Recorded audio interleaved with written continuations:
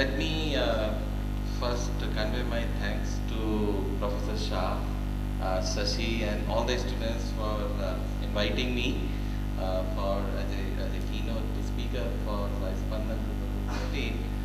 Honestly speaking, every time I'm invited for such event, I feel more humble than ever before. There are distinguished panel members who have very rich experience, and I always start thinking, what is that new that I'm going to speak today?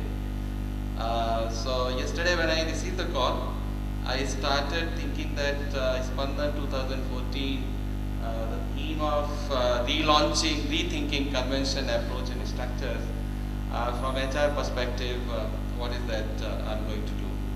So some thought process and some research that I did very recently. I thought let me share some of those findings. Maybe it will help all of us in the field of HR. So with that, let me start with my some qualitative observations in the industry, what is happening. And then I'll share with you some of the data through survey that I have conducted in recent last 3-4 years over a period of time on some of the significant HR matters, what's happening in the country today. And probably that will throw some light about how do we rethink the structure, convention and approaches.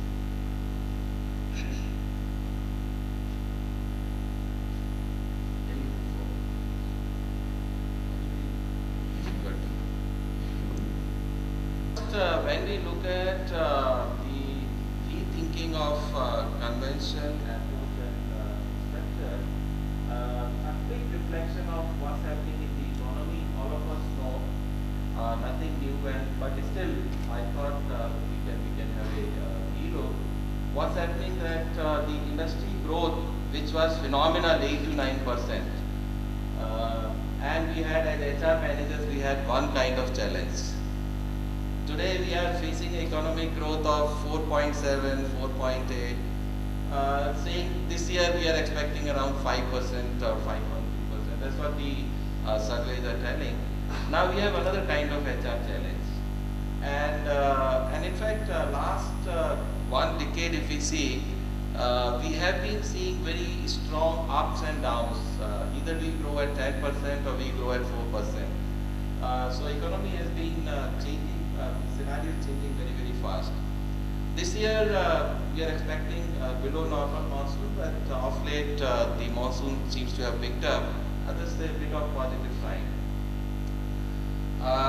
We have weaker rupee, but then it's better than historical low. That has significant implication from HR point of view. Industry growth continues to remain weak, but whenever I meet the industry CEOs, the chairman, in their own cabins, they are extremely concerned and worried even now. Though we are getting signals of improvement, the macro figures seems to be saying that our deficits are going down, but then still the concerns are very high.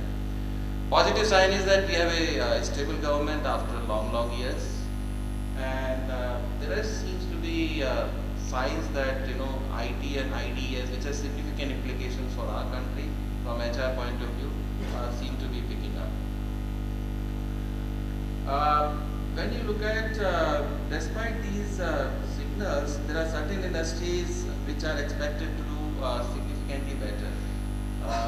These are, as we see, and it's likely to happen, automobile, IT services, pharma, ready-made garments, and thanks to our PM, I expect that infrastructure in coming years is going to pick up very well.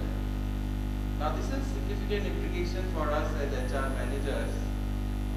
There's some more trend actually which I observe, which is a big indicator actually in terms of what's going to happen. One is that we find the banks are reporting increasingly high NPAs. Though there is a downward trend in NPA declaration, but that continues to be very high. The number of CDR cases, corporate debt restructuring cases with the banks are increasing every day, and that's not a very positive sign to the economy as of today. Basel III, some of you might be knowing, is the norm which is going to be implemented, which will force government to invest a whole lot of money in the banking industry. Now that is implication how much money they would be able to put up in the infrastructure, because the money with the government has got limitation. So Basel III, one is the banking industry implication, but it has implication for the other industry, especially the infrastructure.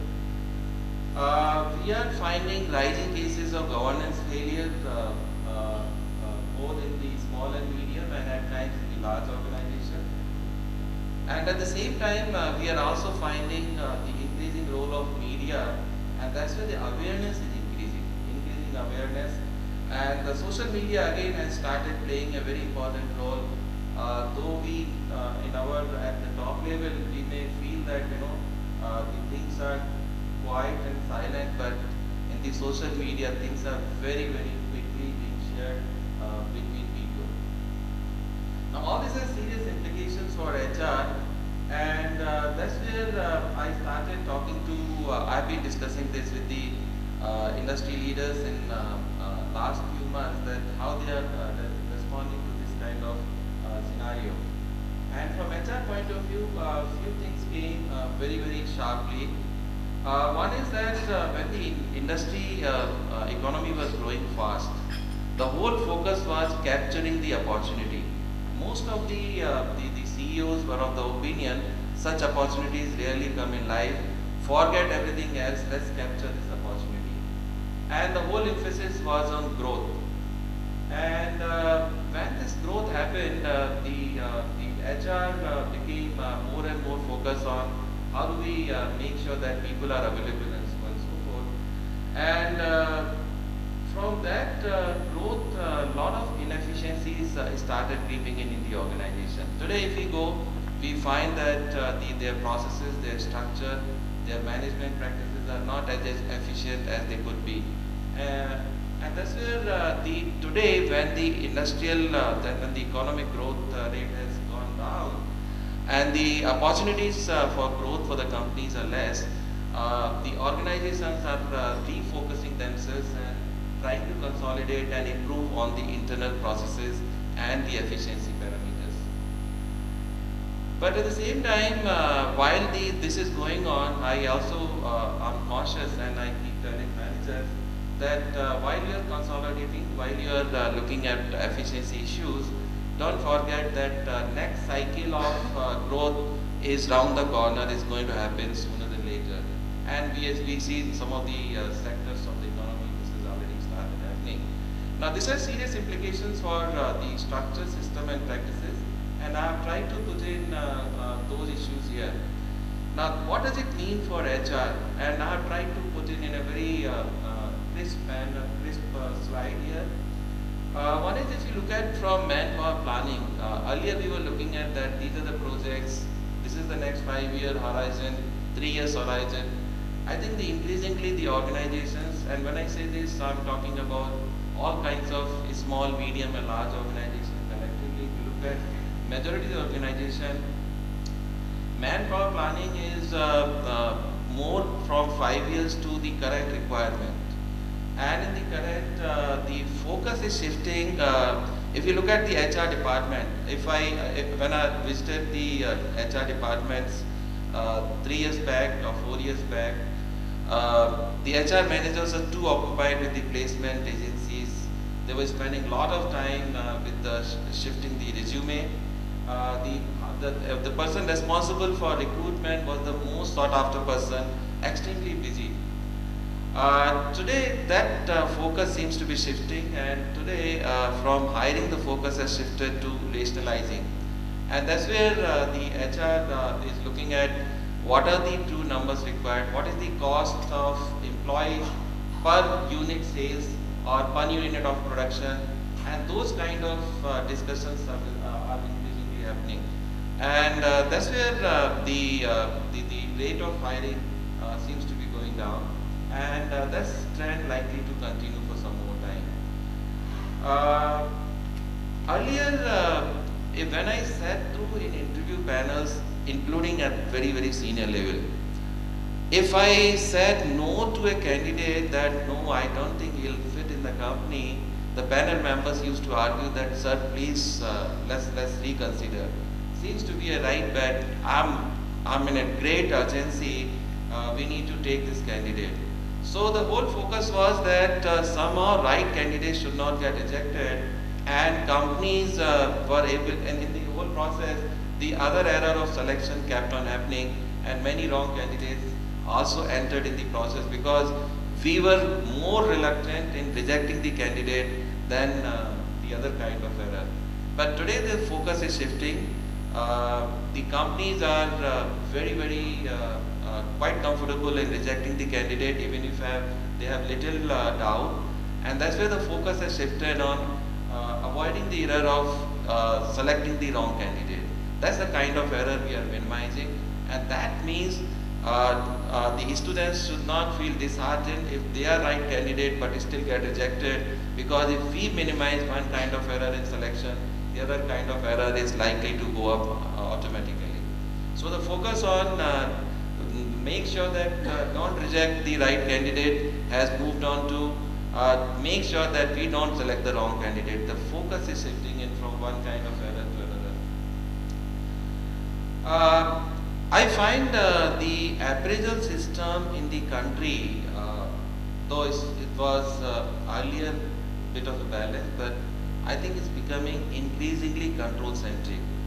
Appraisal system increasingly in the organization is being seen as a tool to control, make sure people do what they are expected to do, and that's where we are getting into more of linking it with the variable pay, introducing bell curve. Some of the companies which had never done it, they are introducing those kind of concepts, and it has serious cultural implication because of we know the people, they have sibling rivalry between them, but the moment we have bell curve kind of concept, it further changes the pattern of response in the workplace.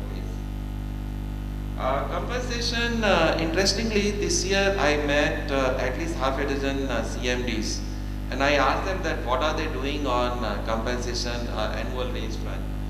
Some of them have already declared, some of them have not yet declared their annual raises. Very interesting response came. They said that, sir, so far we were looking at what my employees deserve, and irrespective of what is my financial performance. If my employees deserve 15% raise, 20% raise, I announced it. Competitors are willing to pay. The focus seems to be shifting. What I can pay irrespective of what the market or what my competitors are going to pay. If my employees are willing to shift to my competitors, so let it be. Now, I think that's what I observed, that trend has started emerging. Earlier we were looking at more of the love and affection of employees to the organization, but I think increasingly the more of transactional related relationship seems to be emerging more and more in the organizations. Now these are some of the broad trend on multiple the parameters of HR, and we need to respond to that. Let me also share with you this survey study. Is a large study. Let me share with you. This data I collected in last about 4 years. Now this is the data from my participants who come for MDP program in the institute. And let me share with you the MDP participants in my program in the institute invariably are the company sponsored participants. They are not self-sponsored. And company sponsored participants also means, and our programs are very expensive programs in IIM Ahmedabad. Invariably, these are the people who are perceived to be the future hope of the company. They are generally high performer employees, barring few here and there, but we can safely assume that this is the response from identified well-performing employees. This is not the low-performing employees who have given this response.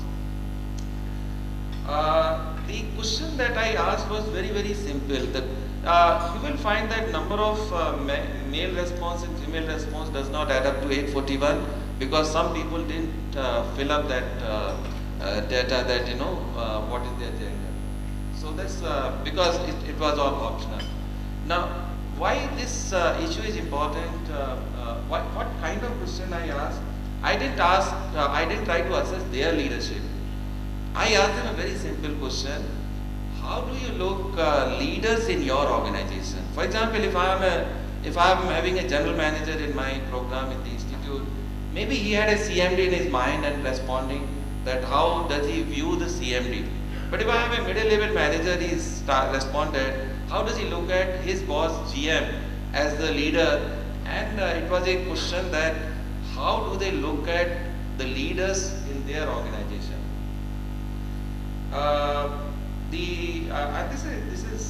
This has great huge implication because this is across the industry, both manufacturing and service, public and private, banking industry, PSUs, private sector, small and large.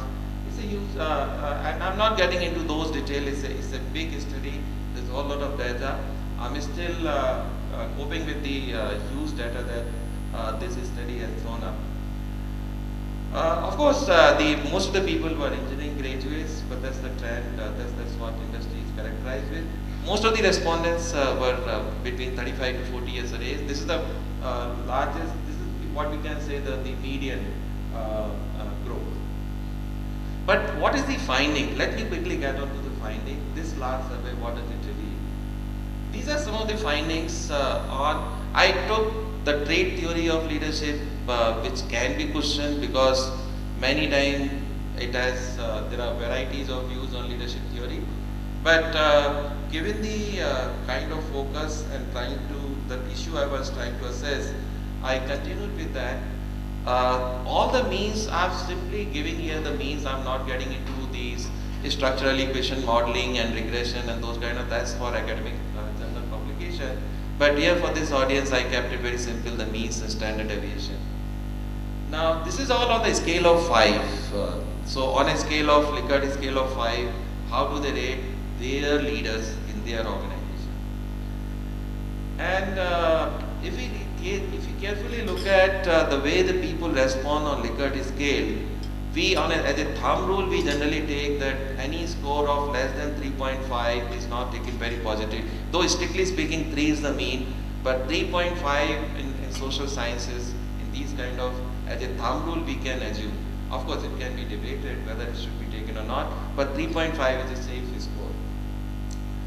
Now, if you look at the scores on various parameters, for example, vision. Do my leaders carry vision? Are they able to articulate vision? Are they able to communicate vision which can inspire people? The score is 3.52. I mean almost neutral. Almost neutral. Strategic orientation 3.57. 3.39 whether they are inspiring enough as far as their subordinates are concerned. They are not inspiring enough. External customer focus 3.48, internal customer orientation 3.4, less than 3.5, I call it negative. Integrity, that's a serious issue. Even the leaders, we think that others are not watching, but people rate their leaders on a scale of 5, 3.55, which is very alarming actually, which is very alarming. And mine is a very large sample, almost 840 people.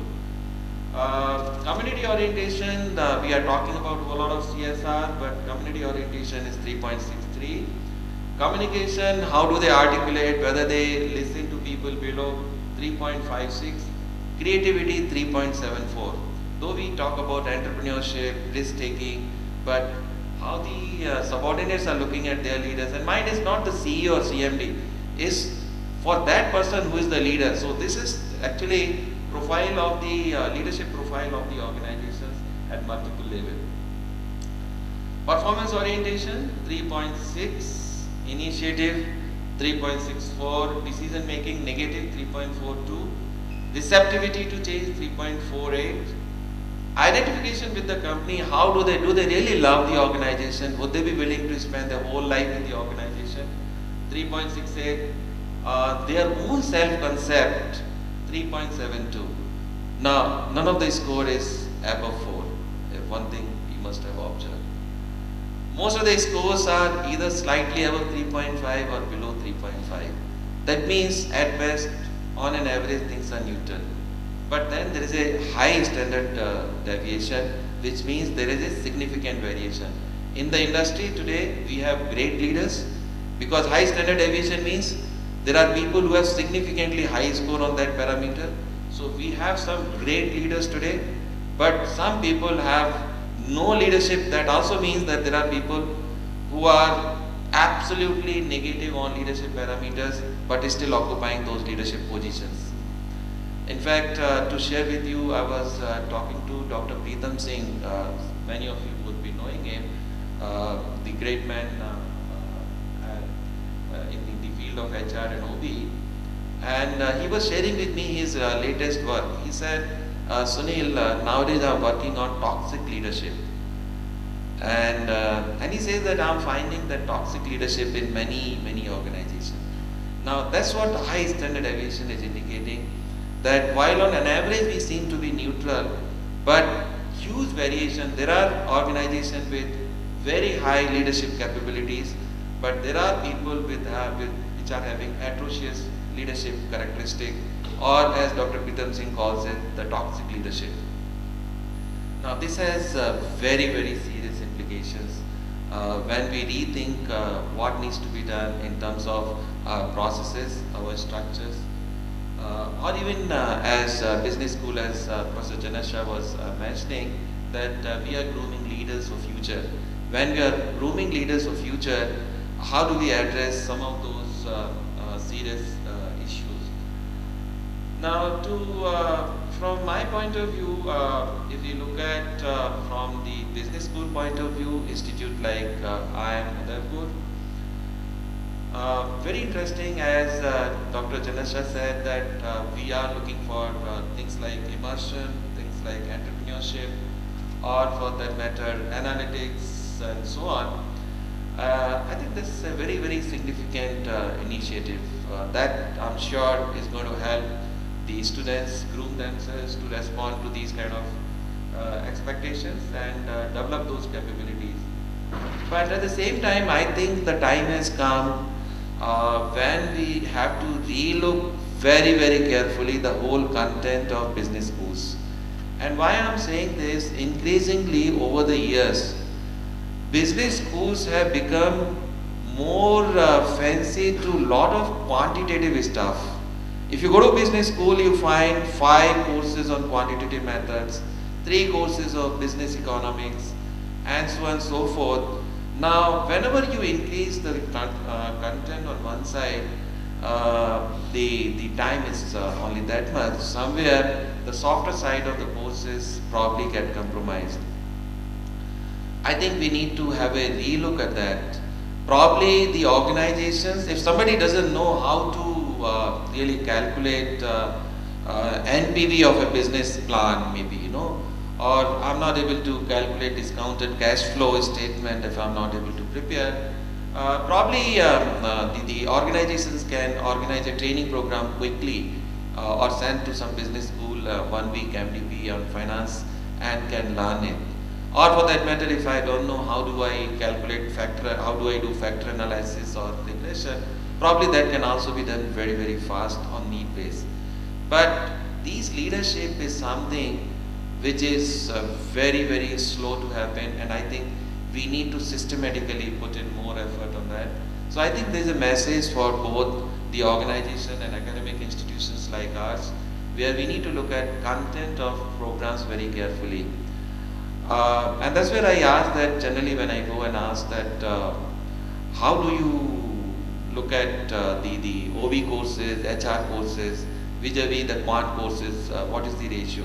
And that's one thought process I have. Maybe I have a bias because maybe I'm from HR stream, but this study per se is shared because for last 50 years, let's not miss word, the leadership in business school is being taught for last 50 years. Organizations for ages have been working on leadership, but if still this is the situation, we need to relook at what's really happening. Number 2, I think as the director has pointed out very interestingly, we need to look at pedagogy, and immersion is a very powerful way of looking at that issue, and I'm very happy that Udaipur is doing it. We need to look at pedagogy extremely carefully and make students really imbibe these characteristics by heart. And how does it happen? We need to look at, maybe there's a need for more rigorous case method, more rigorous experiential sessions, and those kind of pedagogical tools we need to adopt. And that would essentially need for business schools to invest heavily in faculty development. One short 3-day faculty development program is never going to happen. I know the financial situation. Most of the business schools do have the constraint, but this is something we need to really spend enormous resources, be it attending conferences, be it attending the different programs. For example, we talk about the case method, but I have not seen a single business school, at least in IIM setup. Some private institutions I know they have done. How many of us have sent our faculty members that I will not organize case method session for you. I'm nominating you, go to Harvard from where this system picked up, spend a month there, or spend 3 months there, study there and learn how to teach well. So that kind of exposure, that kind of investment probably needed for many of those issues. Immersion, again, the context familiarity is again very important issue. Immersion is taken care of. From organization point of view, if this is the profile of leadership, what's happening in the industry today, I'm pretty sure that the organization need to look at their investment in succession planning and development of people for future roles. I think that's where we need to be far more careful. And when why I'm saying so, that as the economic conditions are becoming what they are, one area which seems to be getting a hit is the investment on people, the investment of people development. Number one. Number two, I think the industry leaders also need to be extremely demanding and careful. Whenever I get a request, for example, in my institute that we need to have a program, many times it happens, especially it happens in the month of February and March. My HR friends call me from industry that, Sunil, can you organize 3-day program? I said, what for? No, just organize 3-day program, my PMS is going to be due. Then I said, what do I do for 3 days? Oh, organize something on leadership. And they are not bothered what content, what's going to happen and so on and so forth. I think the time has come to look at all this from the organization, while we are responsible for people development, look at all this very carefully. What institute has to look at for their students in terms of content, pedagogy and context familiarity.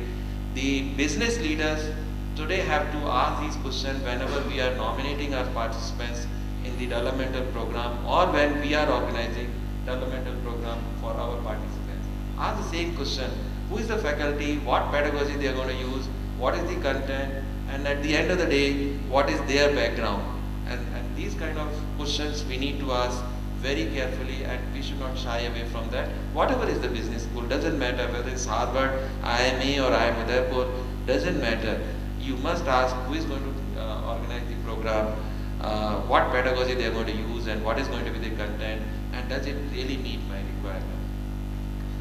So these are some of the issues and I thought I'll share with you my recent finding. I'm open to any question and thank you very much for listening to me so patiently. But that's what I had to share today morning. I'm open to any question that if you have.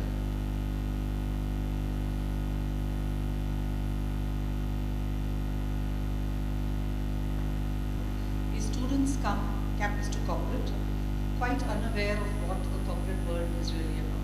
And whilst they are very strong on concepts, the conversion of the concept into a practical commercial reality is where the gap is. And you've been talking about, and Professor Janak Shah has been talking about the importance of the marriage between industry and academics. My question to you is, besides going to Harvard, besides going and learning for faculty, do you think it would be possible or a good idea to have a summer training for the faculty to go into industry and spend 2 months? Because industry and faculty then will get closer to understanding what reality is about. I completely agree. In fact, let me share with you, though we are talking about contextual familiarity for our students and pedagogy, but I think the same goes for the faculty. But and we all know actually, the business schools are aware of it. We all are aware of it, that is actually needed. But I tell you where the risk is. Once somebody goes to the industry, getting him back to academics is a huge challenge. Imagine somebody drawing 5 times or sacrificing 5 times of their compensation. For example, I was in the industry last about 5.5 years. April I joined back the institute. The compromise on my earning is about 8 times I'm drawing. 1/8 my earning has reduced to 1/8 of what I was earning in the corporate sector. I could have continued there, but of course. But how many people would be willing to do that? So one is on the compensation side. The second is, I think we all in our life do have inertia, and that's where if we move one place, shifting and changing our routes from academia to corporate and corporate to academia, somewhere I don't find many people are very comfortable in doing it. Now, going to 2 years of summers to faculty, in fact, that has happened in their career. They all have done their MBAs, their PhDs, and all that industry immersion has happened. 1 or 2 years also they do through their consulting assignment. They go meet the industry, study a lot, and get intense interaction with the industry. But that's not substitute of first-hand experience of the industry where you are in charge, you are taking decisions. As a CEO of the company, what decisions I make, the kind of impact it has, is very, very different than talking about it in a classroom. And I think that's where many of the faculty members need to do, but that's very tough, honestly speaking. And we also in business school have a fear that if we let it go, we may lose a great faculty resource, maybe forever, they may stay back. That's the kind of issue we have. Yes, sir.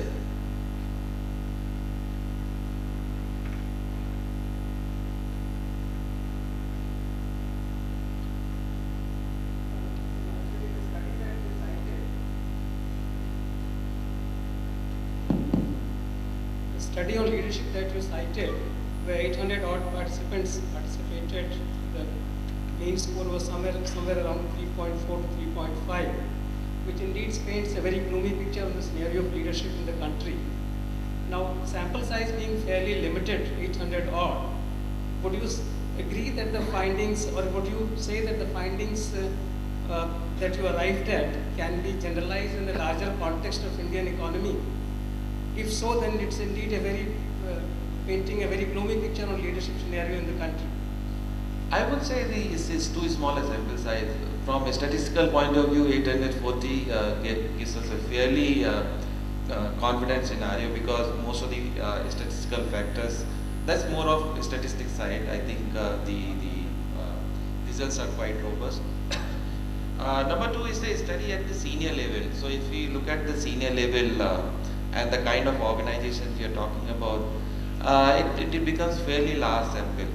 And that's where I completely agree with you. It's a situation which deserves huge attention. But at the same time, we should not ignore the standard deviation. That means today country is also blessed with great leaders, because high standard deviation means we also have very, very great leaders. But we also have disaster leaders, what Pritam Singh calls the toxic leaders. And that's where while the average seems to be neutral, we have both things going on parallelly. And that's, I think, as HR community, we need to really look at very, very carefully. And I completely agree with you. It is a situation deserves huge attention immediately, both by academia as well as by industry. So maybe there is a silver lining on the horizon. There is. Yeah. Sir.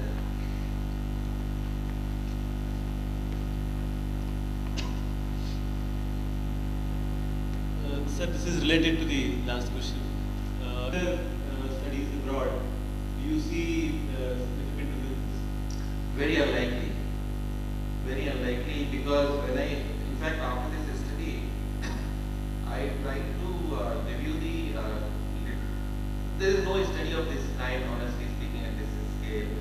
But what's happening in the other countries, and also try to review the developmental programs on leadership in different countries. I didn't find too much of difference between what's happening in our country and what's happening elsewhere. And that means I think the theme of this Spandan 2014, rethinking, probably we need to completely rethink this whole issue of leadership development. And especially those who are really good on leadership. Just to respond to another dimension to what you are saying, interestingly, this result I have not put in here. I tried to look at intergroup differences and their statistical relevance. Finding is that PSUs on leadership seems to be significantly better than the private sector. And that's something we need to really look at very carefully.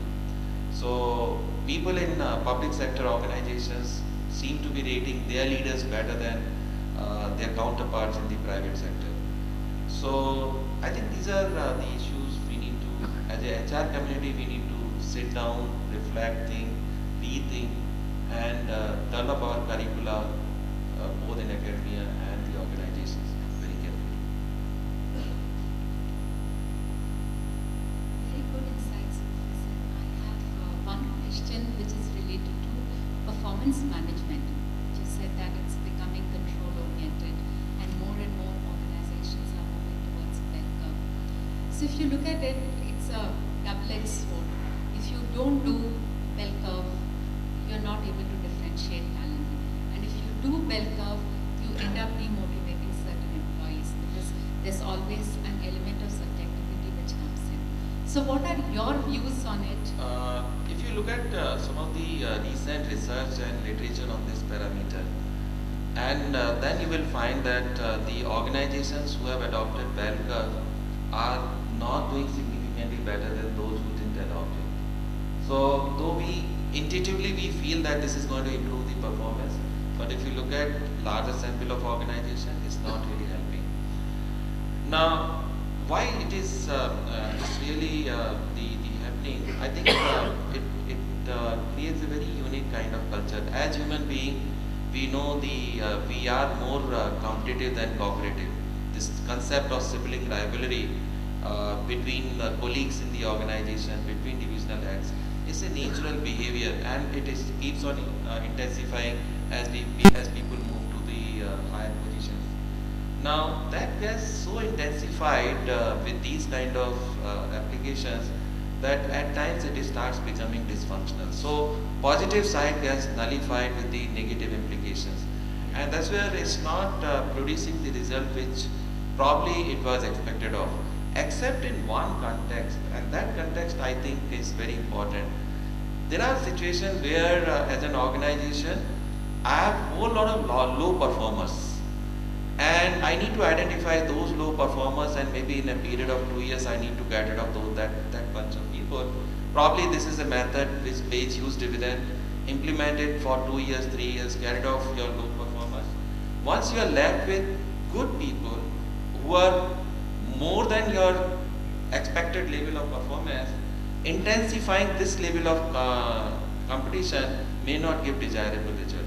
So in some context it is giving good results, but once that context is over, probably we need to relook and rethink.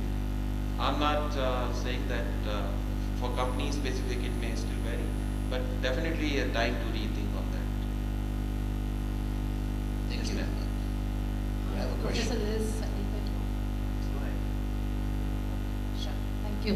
Thank you. a very insightful study, and I think something that is known fact though, but very pointed in terms of the numbers that it does throw up. I wanted to understand from the study point of view, when IIM Ahmedabad has taken up and you've taken the lead, do you plan to reach out to a large number of CEOs where this particular need, which is the leadership, which will build the organization and the, rather the country and industry, all of that really, evolving with building it stronger. Where there are gaps, are you reaching out to the CEOs to make your study more popular in terms of where the need is, attack the need and do something about it? So where are you heading with the study?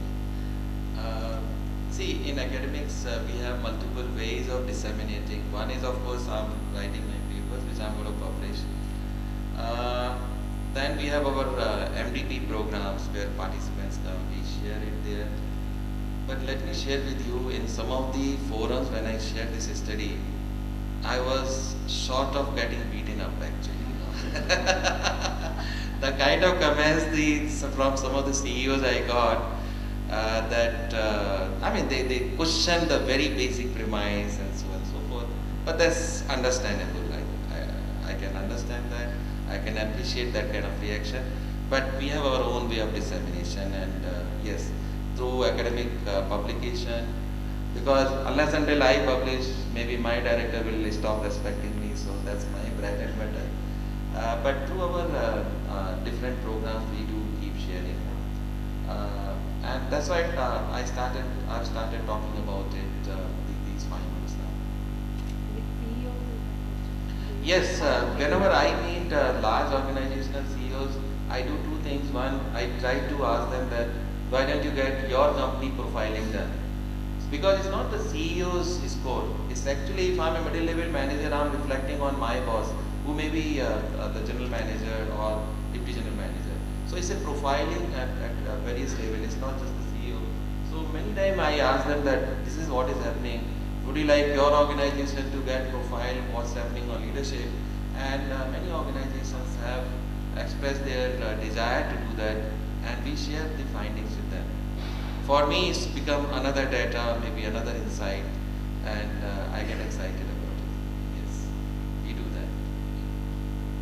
I have a question, and this goes back to the original question asked about faculty spending time in corporates or so-called summer internships.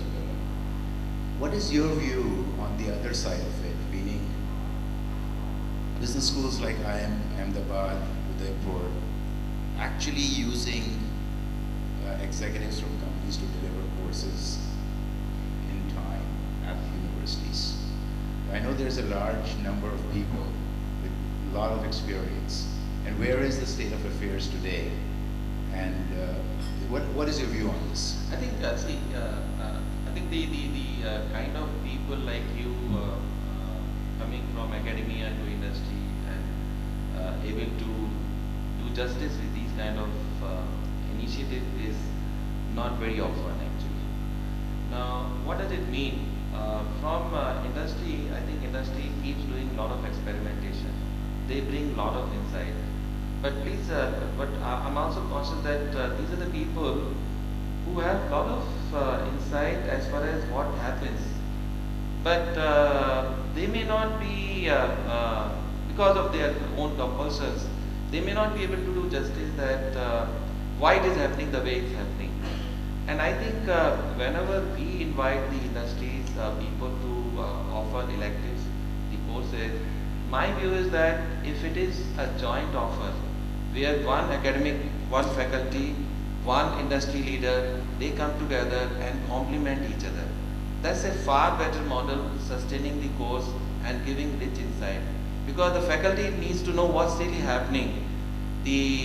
That industry leader brings in, and the industry leader wants to further strengthen their faith that does the theory also support it, And I think that kind of thing can work very well. I agree with you on that, at least insight. But are we doing it? We have been trying whenever possible. Like in my institute, there are quite a few courses. In fact, next third term, I'm offering a course on CSR, making sustainable impact. and I'm having two persons from the industry throughout the course, because I really want to know what's happening in the industry. For me, it's a new field. I'm trying to cope up with that. So that is happening, but any initiative has to be taken by both, maybe by the faculty as well as by the industry leaders. So could be a joint. I think that's going to be great. Thank you for your insight. Sir. Last question before. Sir. Last question. Sir.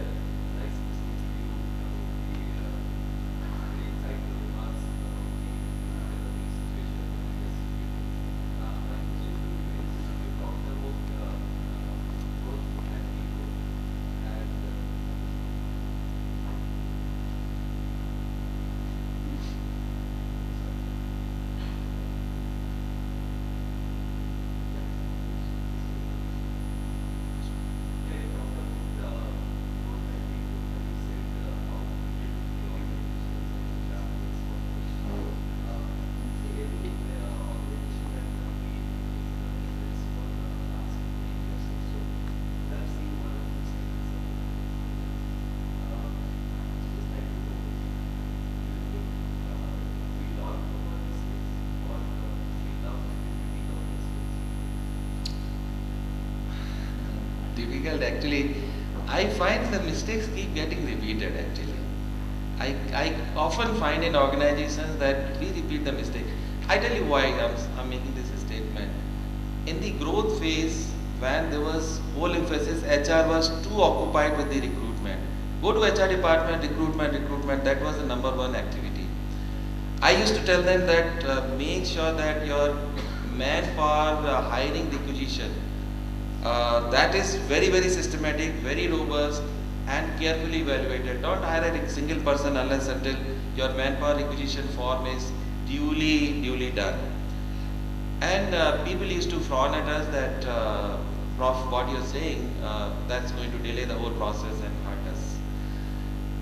And I knew that unless until we are careful on that, quickly we will become a fat organization. Now today, there's too much of emphasis on rationalizing, and I'm cautioning them that please don't do it. Next cycle of growth is around the corner. That's going to happen, and how are you going to deal with that? And but there is a anxiety and there is a pressure, and many organizations are doing it. So I think we need to look at and learn from it. Don't let things become one-sided completely, and that's where I think little more care is needed. Yeah. Sir. Professor Maheshwari, very insightful. And what I was most intrigued with was the score on integrity. If I recall, it was 3.55. And intrigued because in today's day and age, we are talking about corporate governance, RTI, you have a whole lot of lens scanner on people.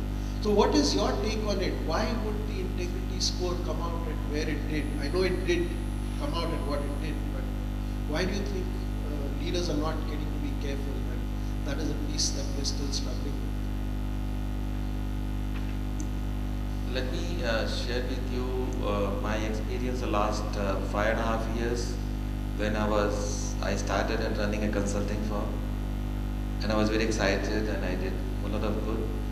The company is still on, but I have sold out my shares and I'm free from there, and others are managing that organization. Why I left that organization and settled down to 1/8 of my earning, what I was earning there, is very simple fact that some of the practices which were there in the industry were not palatable to me. Now, we can say that we are doing it in our closed chambers, maybe in a lobby of a 5-star hotel over a cup of coffee, but the world is watching, believe me. It's not public sector or private sector. The world is watching, people below us watching. And I think we need to do that retrospection. And when I'm saying this, some of the very, very respected branded organizations, I've seen some of those things happening even there. So we need to reflect, we need to talk about it. Because that's a sign actually. Because people below us know what's really happening, and they are reflecting through. Exactly. So that's where we are. We need to reflect and rethink. Okay, with that, thank Sir, you so very mention- much. Right, sir. Sorry. One last question, if you don't Yes, mind. ma'am, please. You mentioned in your survey that respondents from PSUs tended to rate their leaders higher than private companies. Why do you think that is? I think and that goes to the question, ma'am, that you had asked earlier. I think we need to look at some of the HR systems. The HR systems are in PSUs are more cooperation driven than competition driven. If you look at broadly, the HR systems in our corporate sector are more competition driven. And there are historical reasons, the way, and we know the institutionalization theory, how GE did what they did, or what Matsushita did what they did, and somewhere it caught up in the literature, and all of us got swayed and started implementing many of those practices. When we have cooperative HR practices, it automatically induces that kind of perception. It leads to those kind of behavior. So, whatever we call it, but as I view it, PSU HR practices are more cooperative HR practices, while in the in corporate sector, private corporate sector is more of competitive HR practices, and I think that's making a difference. Okay, with that, let me stop here. Thank you very much for giving me time. Thanks, Professor Jalan. Thanks for the time, and thank you all the students.